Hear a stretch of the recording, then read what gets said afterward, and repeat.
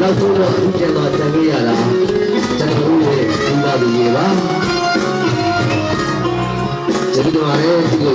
ဟုတ်ကဲ့ပါသူတို့နဲ့သူတို့နဲ့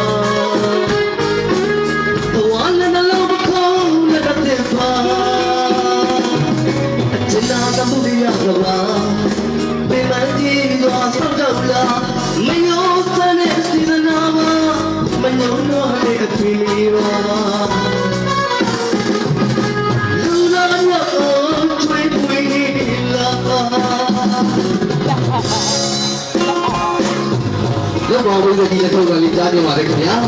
ကျေးဇူးတင်ပါတယ်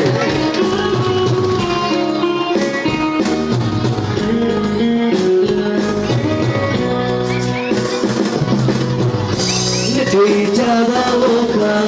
ဒီလေးအမိမာစပင်းပြပါရဲ့ထုံးလာ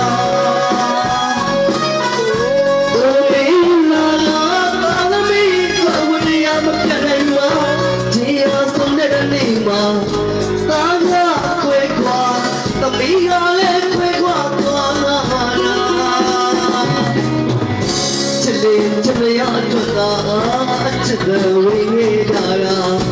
မိမိတို့ရှိမှသူတို့အတိုင်းဝိုင်းနဲ့အတူနေဖို့ခလာပြန်လာအော်သောကကြုံရအမေအိုကြီးနဲ့ပနေသာပါအမေအိုကြီးနဲ့ဝိသနာပါမေအိုကြီးနဲ့ရုပ်သေးသာ